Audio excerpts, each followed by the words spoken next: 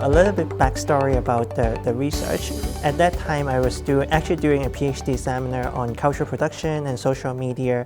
And at that time, I was also figuring out what I wanted to do for my dissertation. So I planned to study like Uber drivers, gig workers in general, but also thinking like how that class could also help me to think about all these issues. So I start basically like looking at YouTube and also other many different social media groups, and I realized that a lot of Uber drivers, gig workers were talking about issues about their daily work on YouTube, social media, and some of them positioned themselves as expert in driving for Uber or navigating the platform in general. So I was just thinking like at that time, so how, given that like usually when we talk about expertise, it's usually associated with people with formal education or a certain like reputational signal, how could people like without the reputational signal could position themselves as expert, especially considering that at that time a lot of people talking about platform as a black box and they seem to know what is going on inside.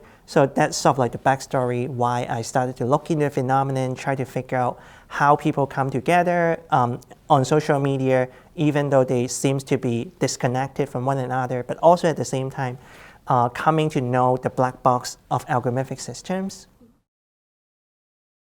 I basically rely on qualitative methods to study the phenomenon. I did interviews with people who post videos on YouTube and also on some other different sites. So I only look at people who regularly post videos there as a way to better understand why they produce content. And I also look at like the textual materials. So I was actually thinking about like when people position themselves as expert, they would usually rely on what some of the scholars call reputational signals to do that. So one of the places that we could look at is actually the YouTube about section. So how they describe themselves. So part of the data come from like identifying those regular active content creators and looking at their YouTube channel self-description.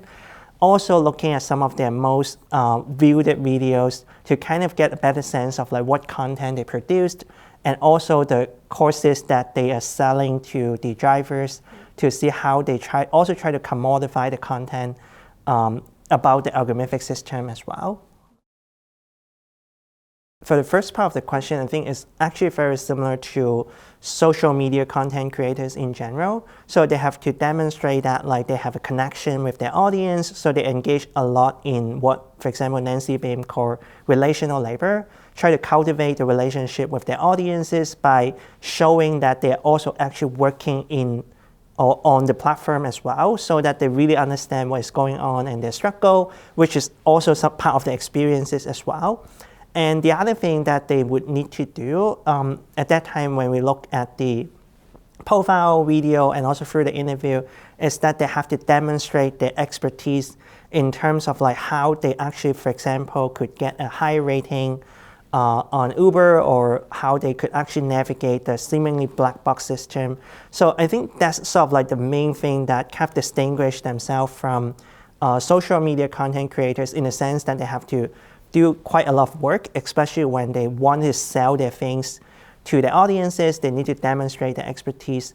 But I think the practice in general are very similar to what we can see in like fashion blogging or some other different content creation on social media. I think like a lot of things that we often talk about skills, knowledge, or different belief. Usually we think that like learning is a very formal process. We go to classes and then we go to certain training.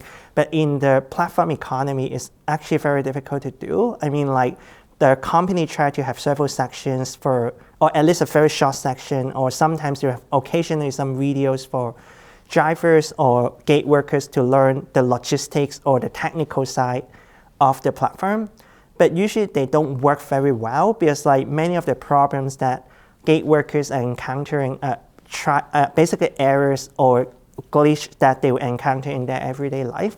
So they mostly learn by doing the know-how knowledge.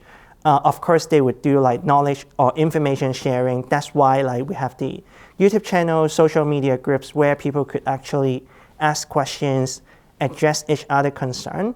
But the ultimate thing, as far as I noticed, is that it's very difficult to have one person to teach you everything, because like the role situation can be very different every day.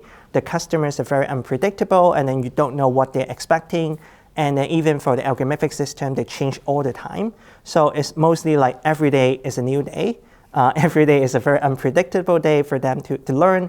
But I guess the next question here is like, after all this learning, how that could potentially be translated into, like, for example, collective action, worker solidarity or resistance. There's a gap here, but I think the pre-existing network or pre-existing groups there provide a basis for when like things happen or when incidents happen, when people want to get organized, they would activate that kind of like social media networks and also their existing interpersonal network to go a step further to organize collective action. I think one of the directions that more and more researchers are going for right now is to think of like platform work not simply bounded within the labor platform they work on, because like we are seeing for different kinds of platform, not just ride-hailing, delivery, but also like care work. Some of the presenters in this conference also mentioned people would go to different sites to look for information.